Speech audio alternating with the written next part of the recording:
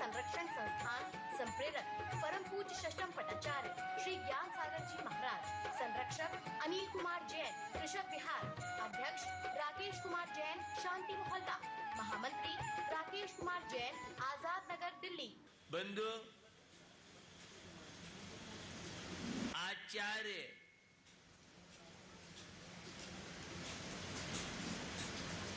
विद्यानंद स्वामी के माध्यम से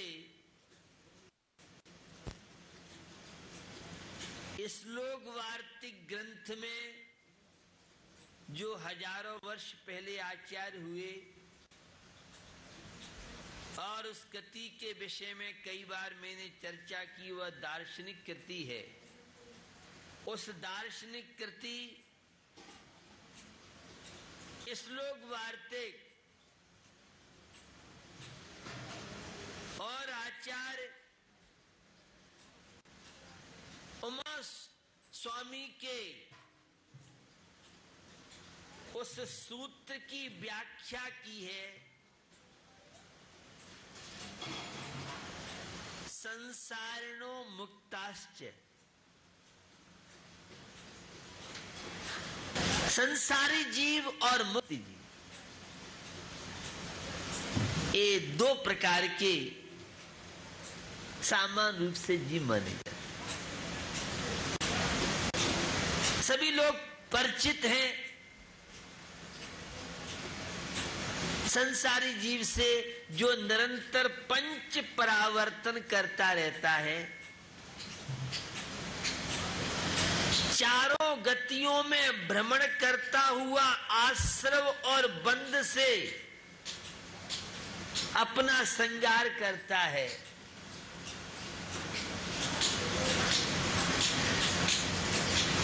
वह विषय कषाय भोग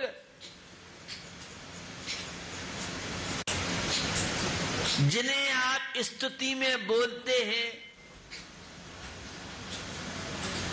आत्म के अहित विषय कषाय, इनमें मेरी परिणति न जाए, मैं रहूं आप में आप लीन, सो करो हो जो निजाधीन।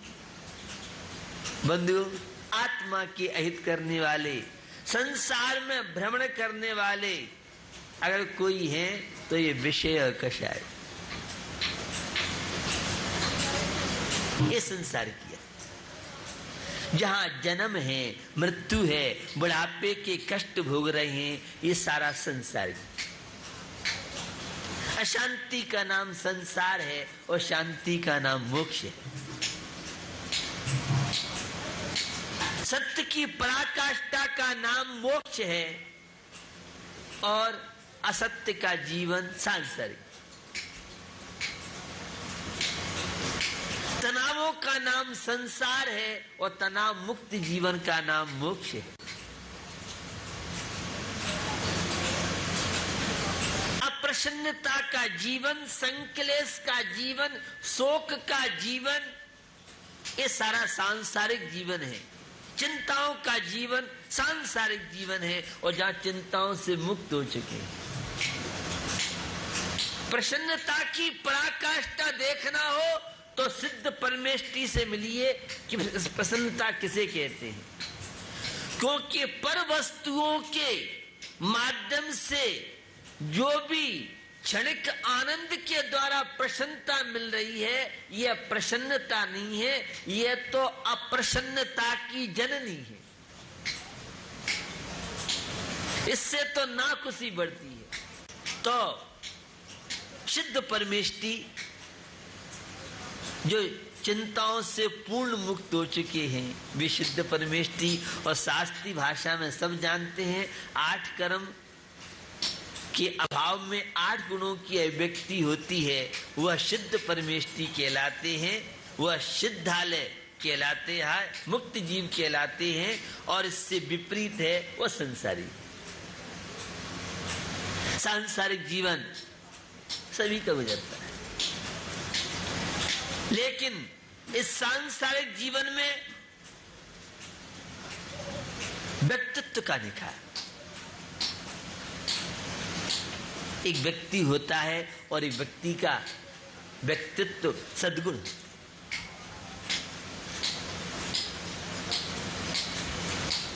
बंधुओं, उन मुक्त जीवों ने तो व्यक्तित्व का निखार प्राप्त कर लिया है और सांसारिक जीवन जीने वाले वे व्यक्तित्व का पूर्ण निखार नहीं कर पाए हैं। वे व्यक्तित्व की पूर्ण अभिव्यक्ति नहीं कर पाए। यह मनुष्य जीवन व्यक्तित्व के निखार के लिए मिला है।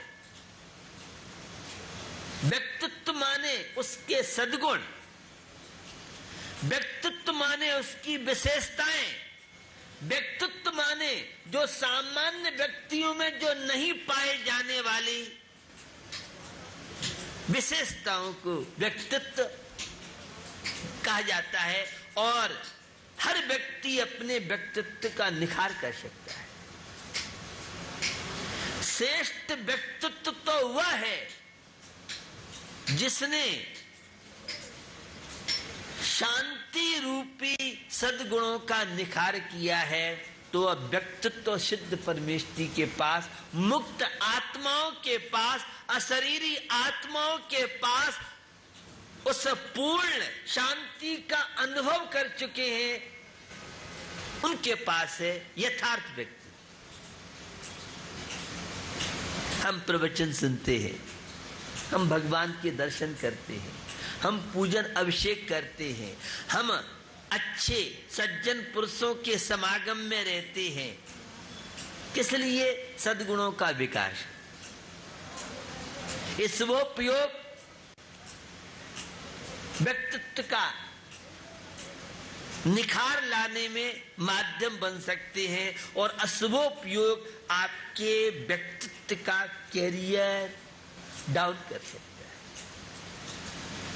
अशुभोपयोग सम्यक दर्शन रूपी व्यक्तित्व का निखार नहीं होने देता है, सम्यक ज्ञान रूपी व्यक्तित्व का निखार नहीं होने देता है, सम्यक चारित्र रूपी व्यक्तित्व का निखार नहीं होने देता है। ये रत्नत्रय व्यक्तित्व की पराकाष्ठा। तो बंधुओं, अमूल्य जीवन आपको मिला है, तो व्यक्तित्व का व्यक्तित्व का स्वरूप क्या है? एक फूल की कली को देखिए, फूल को देखिए, वह प्रातः काल खिलता है और सायंकाल मुरझा जाता है।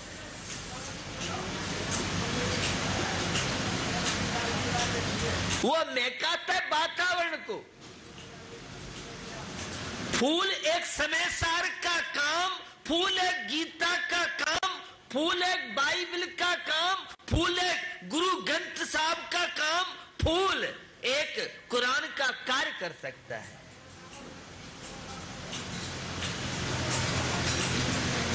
फूल खिलता है तो पैसे वालों को महक देता है या गरीबों को खुशबू देता है? सुना है कि पैसे वालों की दुनिया है तो फूल भी बाहुबली इनकलाब वालों को तो महक देगा और शेष दिल्ली में नहीं महकाएगा। या फूल जितने भी संपन्न लोग हैं उन्हें ही अपनी सेवा देगा और जो सामान्य लोग हैं उन्हें खुशबू नहीं देगा। लेकिन ऐसा तो नहीं है। कहीं भी फूल खिलता है तो गरीब हो, अमीर हो, छोटा हो, बड़ा हो, चाहे किसी भी जाति का प्राणी हो, उसने कभी भी भेद नहीं किया है कि यह उच्च कुलीन है, यह नीच कुलीन है। फूल से हमें बहुत कुछ सीखने मिल सकता है। ये व्यक्तित्व के निखार के लिए फूल एक माध्यम कारण है। फूल के पास समता है, वो सबको समदृष्टि से देखता है। क्या हम सीख सकते हैं? हम पाठ सीख सकते हैं समता का। समता एक व्यक्तित्व के निखार के लिए बहुत बड़ा माध्यम बनता है, और विषमता व्यक्तित्व की विदाई के लिए कार्य। वह गुलाब का फूल है, गेंदे का खिलता हुआ फूल आप देखते हैं तो आप प्रसन्नता से भर जाते हैं। तुम भी शाश्वत नहीं रहोगे। तुम्हारे ये वैभव, ये ठाट बाट, ये फ्लैट, ये नाती पोती, ये बहू बेटे और ये जवानी भी तुम्हारी हमेशा नहीं रहने वाली है। प्रातः काल मेरी भी जवानी थी और सायंकाल मेरा भी बुढ़ापा आ गया। ये फूल अध्यात्म का पाठ, यह फूल भारतीय संस्कृति का पाठ, यह फूल प्रसन्नता का पाठ, यह फूल समता का पाठ, यह फूल दिकता का पाठ, यह फूल मानवता का पाठ, यह फूल सम्यक दर्शन का पाठ भी आपको सिखा सकता है अगर फूल से सीखना चाहे।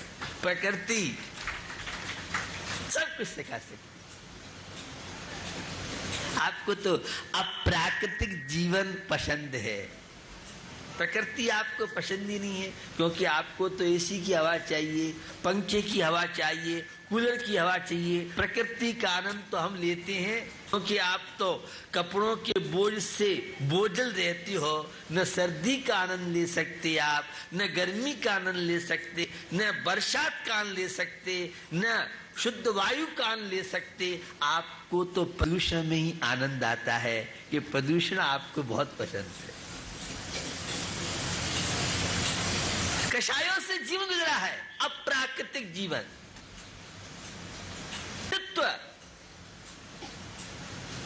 वह अनित्य भावना सिखाता है। फूल खिला हुआ वह कमल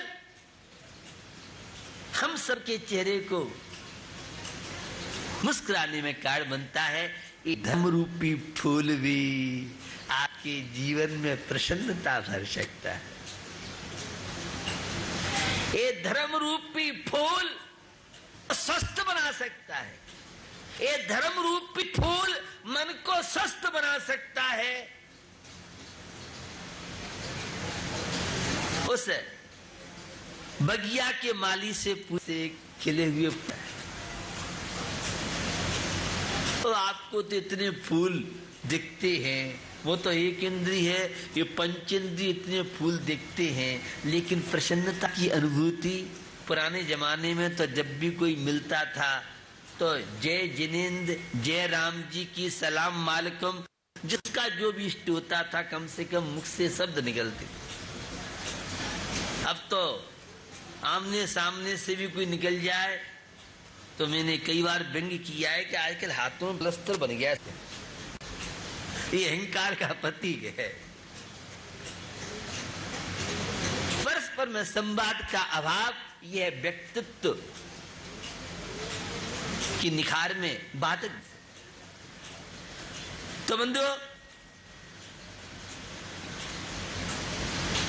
फूल हमें एक समता का पाठ सिखाता है।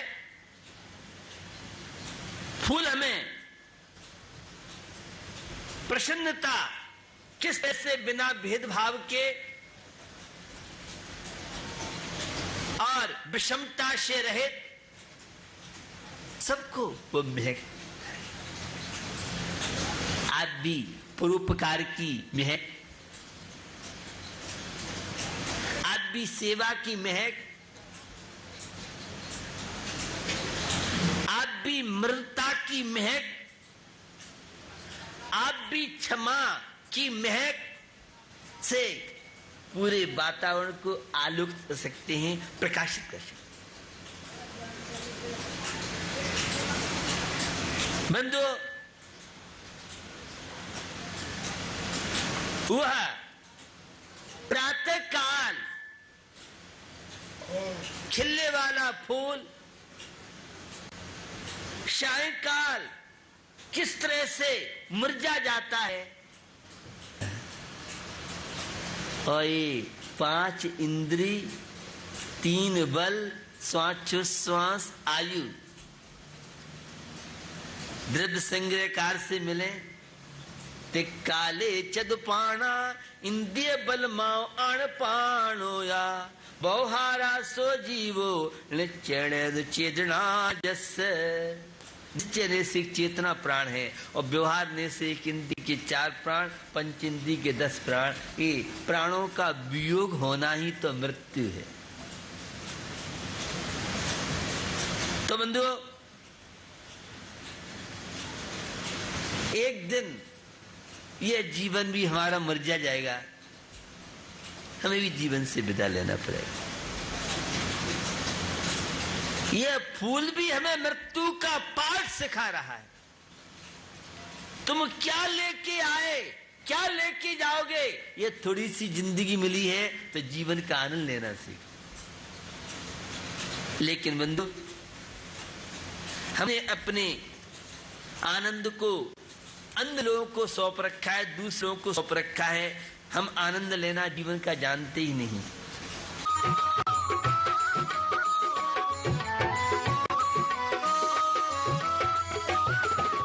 इस कार्यक्रम के प्रसारण सहयोगी हैं गुलशन राय, अनिल कुमार